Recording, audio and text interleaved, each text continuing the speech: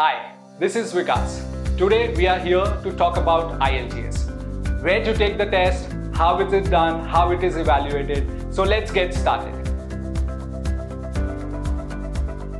IELTS is International English Language Testing System that evaluates your English proficiency. If you wish to study or work in a country where English is the primary language of communication, you need to assure that university admission officer or visa officer know that you are adept with the language. Now let's understand who takes or applies for this exam. First, student applicants. Second, PR or work applicant. Student applying for undergraduate, master's or PhD degrees to study in a native English language countries appear for academic training IELTS. Basically, the one who are applying for academic courses.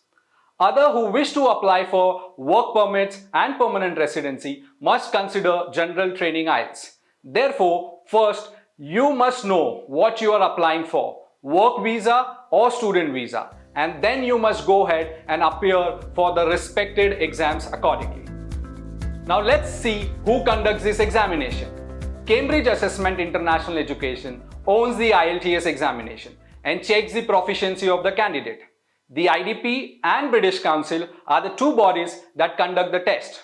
In India, IDP solely conducts the examination, whereas British Council conducts the examination in certain regions internationally. Now let's understand the necessary prerequisite for applying for the test. First is the passport. You must have a valid passport to apply for the IELTS test. Without one, you cannot appear for the exam. Second is preparation and practice, and they are essential before you appear for the test. If you are looking for a grade score, let's say 7 bands or above, make sure you practice. One can appear for the test, or which version of the test you can choose. Well, a simple way to decide is to first check if your city has a center where you can apply for a paper-based test or a computer-based test. After you know if your city provides a computer-based test, you must know a few things before choosing which test to take.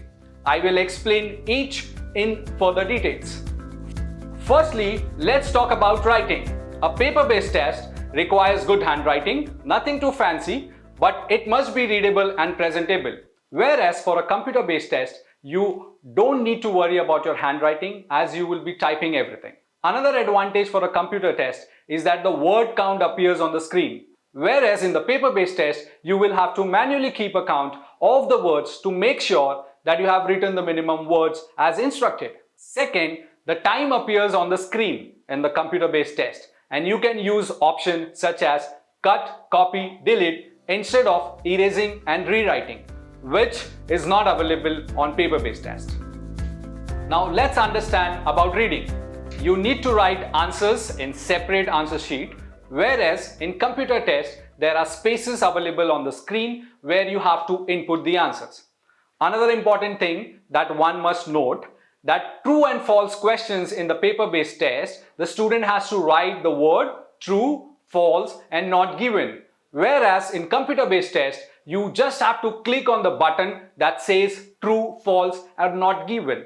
So there are very few chances of you making an error. The reason behind this is that if there are words like yes, no and not given, and you end up writing true, false and not given, then you may not get the score. Proceeding to the listening section. In the paper-based test, you get 10 minutes to transfer your answer to the answer sheet. Whereas in computer-based test, you will get 2 minutes to transfer your answers to the answer sheet. And again, there are fewer chances of you making the error.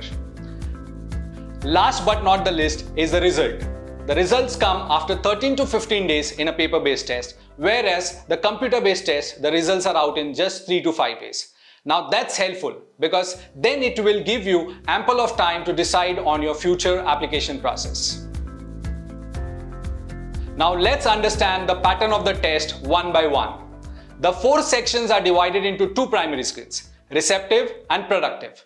In the receptive skills, we have listening, reading, whereas in productive skills, we have writing and speaking. The listening, reading, writing test takes place on the same day, whereas the speaking test is conducted on a separate day.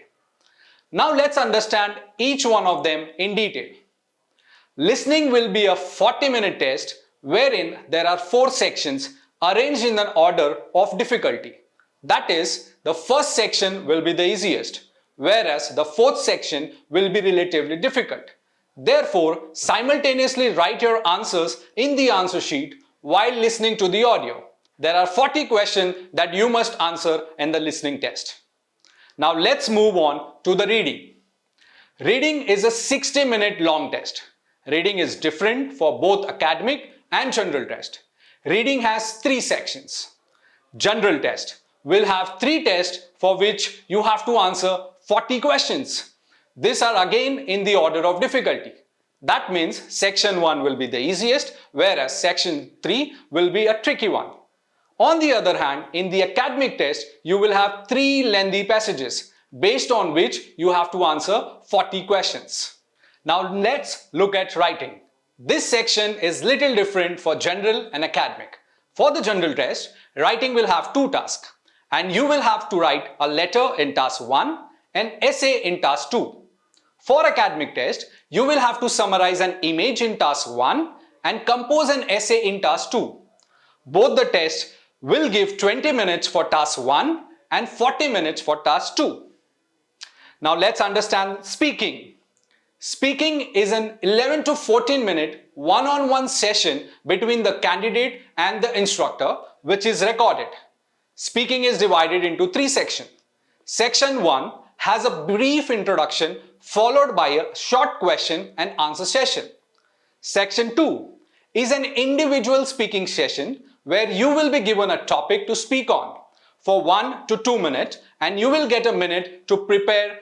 Coming to the part 3, which is a discussion, the examiner will ask you 5 to 6 questions based on topic given in part 2.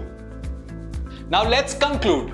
Finally, concluding this video, here are few things to remember. Know that you can give your IELTS as many times you want. IELTS exam is conducted every month 2 to 3 times for a paper-based and more than 15 times for a computer-based. The validity of the score is exactly 2 years from the time of your attempt. You can book your date in the same month as well, but it is usually advised that you must not appear for the exam any closer than once in 2 months. I hope we were able to give you some valuable information.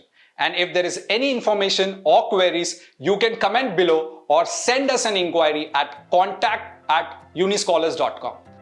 And get ready for more IELTS related videos that are yet to come. Thank you.